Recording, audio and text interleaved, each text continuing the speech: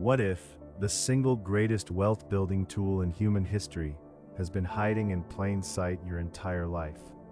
Not stocks, not crypto, not some algorithm, just property.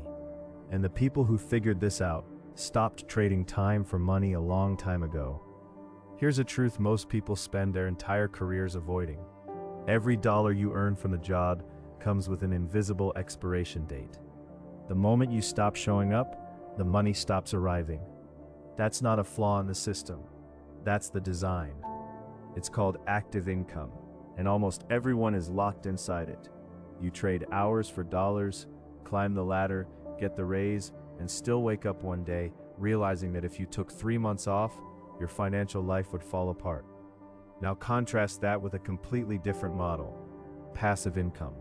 Income that arrives whether you're at your desk, on a beach, or asleep. Real estate done correctly is the most time-tested passive income engine ever built. Not because it's magic, because the math works in your favor in ways most financial education completely ignores.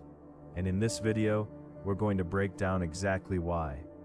Most people think of a rental property as a simple equation: rent minus expenses equals profit. But that's only one of 5 simultaneous wealth streams that every rental property generates. The first is cash flow. This is the money left over after you've paid the mortgage, insurance, property taxes, and maintenance. Done correctly, this is the monthly check that lands in your account. The second stream is appreciation. Real estate in the United States has historically appreciated at roughly 4% per year. On a $200,000 property, that's $8,000 in rising value annually, with no extra effort from you. The third stream is equity buildup. Every month your tenant pays rent, they're paying down your mortgage. Your loan balance shrinks, your net worth grows, and your tenant is doing the heavy lifting. The fourth stream is tax advantages.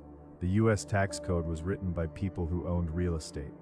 Depreciation deductions can legally shelter significant rental income from federal taxes.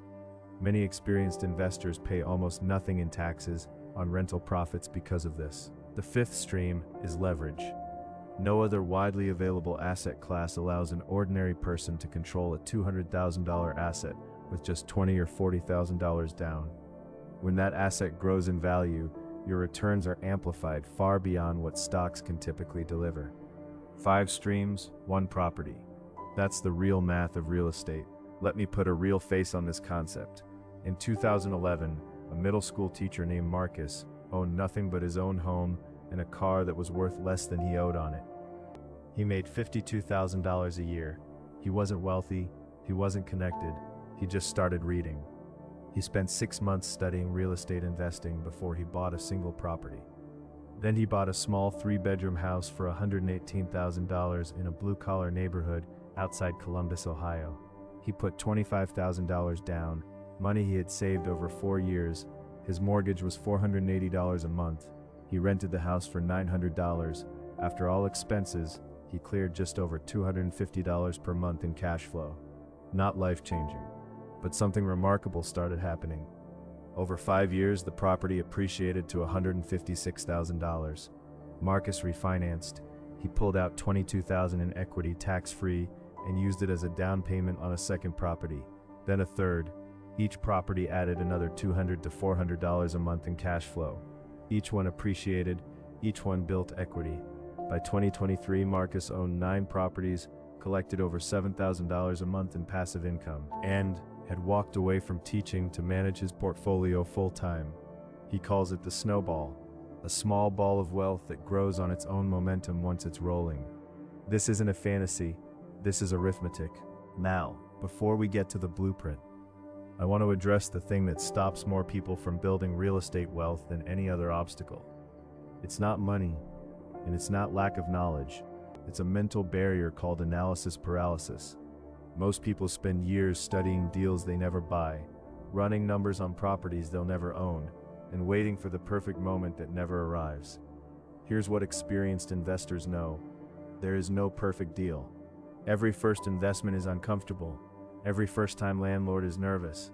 The difference between the people who build wealth and the people who don't isn't knowledge. It's the willingness to act on incomplete information, while managing risk intelligently. Real estate investing doesn't require perfection. It requires a good enough deal, a solid team, and the courage to move forward. The market will always be uncertain. Interest rates will always be in flux. There will always be a reason to wait. But every year you wait is a year of compounding you never get back. Every month you delay is equity someone else is building instead of you. The investors who retire early didn't find perfect timing. They found enough timing to start. Here's the equation that most personal finance content never shows you. Cash flow plus appreciation plus equity plus tax savings minus expenses equals your wealth velocity. And here's what makes this equation extraordinary. Time does the heaviest lifting. A property worth $200,000 today, appreciating at 4% annually, will be worth approximately $440,000 in 20 years. During those 20 years, your tenant has been paying down your mortgage. You've collected 2 decades of cash flow. You've claimed depreciation every single year, and the original $20,000 or $40,000 you invested has compounded in 3 directions at once. Investors call this the triple compounding effect. Warren Buffett famously said his biggest financial mistake was not buying more real estate earlier. Think about what that means coming from the greatest investor in the world. He wasn't saying real estate is better than stocks. He was saying the time value of real estate ownership is so powerful that even the most sophisticated investor in history wishes he had started sooner. The compounding isn't complicated, it's patient, and patience is something most people can learn. So how do you actually get started? The path is more accessible than most people assume. Step 1, educate before you spend $1. Read at minimum 3 books on rental property investing. Understand cap rates, gross rent multipliers, and cash-on-cash return. Learn the vocabulary before you step onto the field. Step 2, choose your market deliberately. Look for cities with job growth, population growth, and landlord-friendly laws. You don't have to invest where you live. Many of the strongest rental markets are in the Midwest and Southeast. Step 3, build your team before you need them.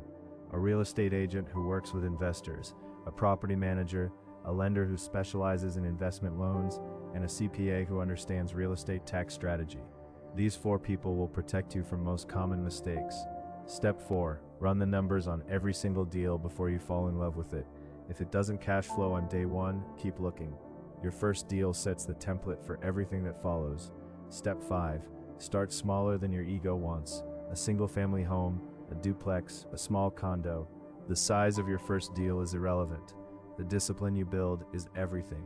Real estate doesn't care about your background, your zip code, or how much money you started with. It rewards one thing above everything else: people who take the time to understand the math and then take the first step. The best time to start was 20 years ago. The second best time is right now. If this gave you genuine value, hit that subscribe button. Every week on Property Playbook, we go deep into the strategies, the numbers, and the mindset that builds real, lasting wealth through real estate. Subscribe. The journey to financial freedom starts with one decision.